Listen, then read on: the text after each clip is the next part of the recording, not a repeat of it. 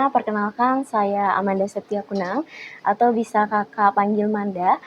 Di SMA Negeri 2 Palembang ini sendiri, saya duduk di bangku kelas 11, Kak.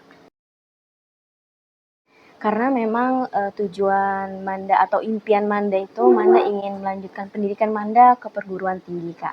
Dan untuk mencapai impian tersebut, pastinya Manda harus melalui tahap SMA ini terlebih dahulu kan pastinya, Kak. Selama 2 tahun Manda menjalani pendidikan di SMA ini, pastinya Manda menikmatinya sih, Kak. Karena memang di SMA ini ternyata sebuah hal yang bikin Manda kaget, wah di SMA ini kita dituntut untuk mempelajari banyak hal kan, Kak. Cuman dari situ ternyata Manda tahu untuk Manda melanjuti pendidikan Manda ke perguruan tinggi tersebut, ialah dengan Manda harus melalui beberapa proses tahap pembelajaran, Kak, dengan cara Manda memilih pembelajaran, paket-paket pembelajaran di SMA ini yang memang sudah tertata untuk masuk ke perguruan tinggi di kuliah nanti, Kak. Karena Manda pernah melihat semacam di acara TV gitu, Kak, kayak orang-orang reporter atau orang-orang yang suka berbicara di depan publik gitu, Kak. Manda selalu kagum sama orang-orang yang memiliki kemampuan untuk berbicara di depan umum. Maka dari situ, Manda sendiri memiliki impian jika nanti di universitas, Manda dapat mendapati jurusan Manda yaitu di jurusan ilmu komunikasi, Kak.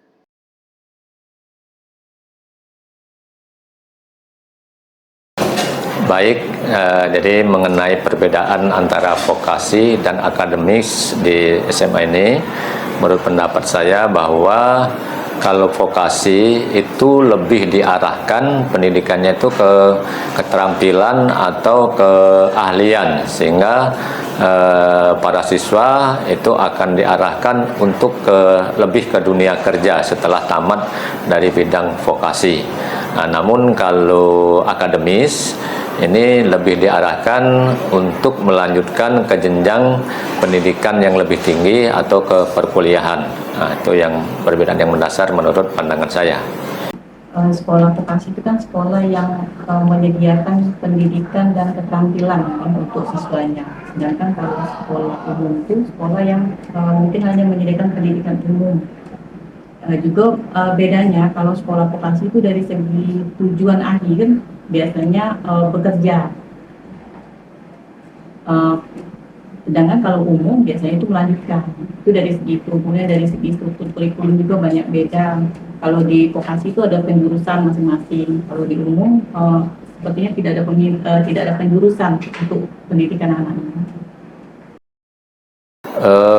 Terkadang bisa jadi ada faktor-faktor penyebabnya. Mungkin salah satunya misalnya kemauan orang tua yang menginginkan anaknya itu masuk ke SMA, tapi sebenarnya anaknya sendiri itu merasa punya bakat di bidang vokasi. Nah, sehingga ketika dia sekolah terkadang juga tidak begitu serius karena tidak sesuai dengan minat yang dia dimiliki, seperti itu. Kalau melihat, bukan melihat lagi banyak kalau yang salah jurusan itu. Banyak faktor yang salah jurusan itu. Pertama, tidak observasi dulu ketika mau masuk SMK. Ada jurusan apa di sekolah itu, sehingga ketika masuk itu asal masuk saja SMK itu. Kemudian ketika sudah duduk, baru tahu jurusan ini ternyata belajarnya seperti ini, jurusan ini belajar seperti ini. Di akhirnya dia merasa salah jurusan. Kadang-kadang juga salah jurusan itu karena ikut kemauan orang tua. Jadi orang tuanya pengen dia di jurusan ini, ketika masuk sebenarnya dia tidak pengen di jurusan itu juga bisa terjadi. Itu cuma beberapa ya yang karena mengaku mereka jadi salah jurusan. Karena saya dulu memiliki cita-cita sebagai seorang CEO, yang dimana saya tertarik dengan salah satu jurusan yang ada di SMK Negeri 3 Palembang, yaitu tentang manajemen perkantoran.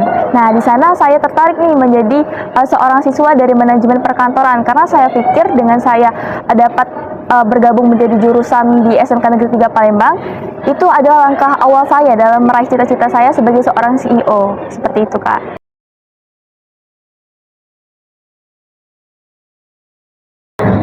Pasti rasanya bahagia sih Kak bisa keterima menjadi siswi di SMK Negeri 3 Palembang melalui jalur PMPA.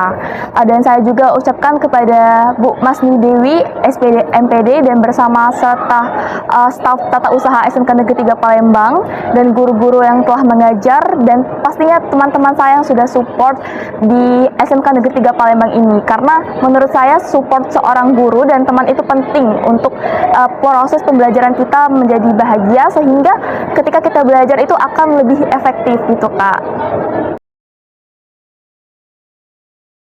Mungkin yang awalnya aku nggak tahu tuh apa manajemen perkantoran, setelah aku masuk, aku jadi lebih tahu tentang sistematis komputer, dan aku paling suka sekali pembelajaran kearsipan, karena itu menurut aku seru dan bikin have fun banget sih Kak. Selain kita menghitung data, tapi kita juga bisa menganalisis berbagai laporan-laporan penting, seperti itu. Aku mempunyai impian sebagai seorang hakim ketua Kak. Jadi aku bakal melanjutkan ke perguruan tinggi yang pastinya aku akan mengambil fakultas hukum dengan impian aku di Universitas Indonesia. Dan walaupun aku dari seorang siswi SMK, tapi aku yakin bahwa seorang yang sukses itu bukan berarti dari apa latar belakang orang itu, tapi dari seberapa penting usaha orang itu untuk menggapai impiannya.